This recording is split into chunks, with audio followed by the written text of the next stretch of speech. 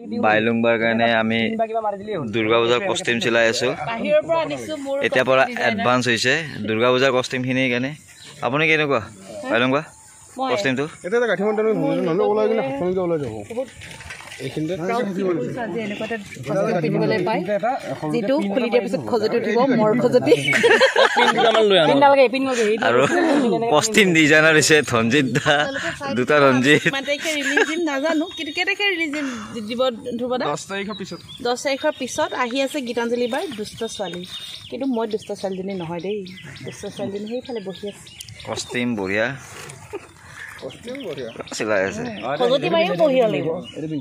এইটো পিনে কৰি দিয়া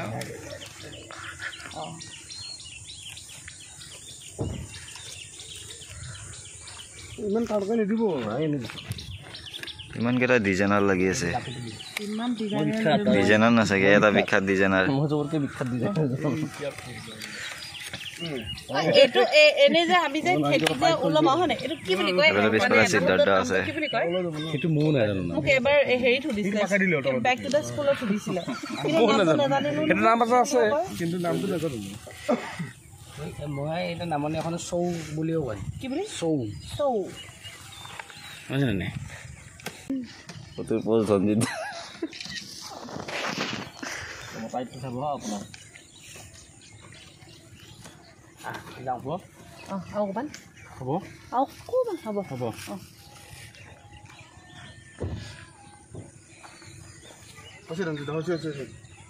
নাক কাপোটা পিলপিলাৰ হাই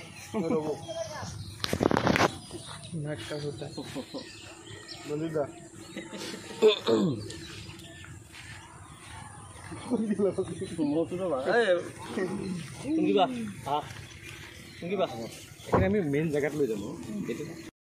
অলপ দি দিয়া মানে অৱস্থা দিয়া চাওঁ চাওঁ এবাৰ দি দিয়কচোন মানে কেনেকৈ থাকিব এনেকৈহে বঢ়িয়া বঢ়িয়া বঢ়িয়া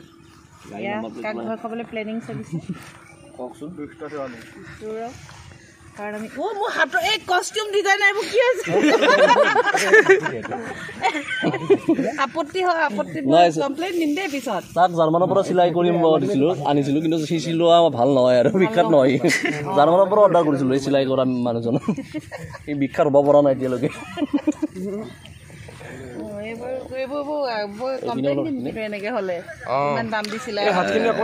দুৰ্গা পূজা এডভান্স গিফ্ট দি দিছে ইমান কেইটা ডিজাইনাৰে মিলি না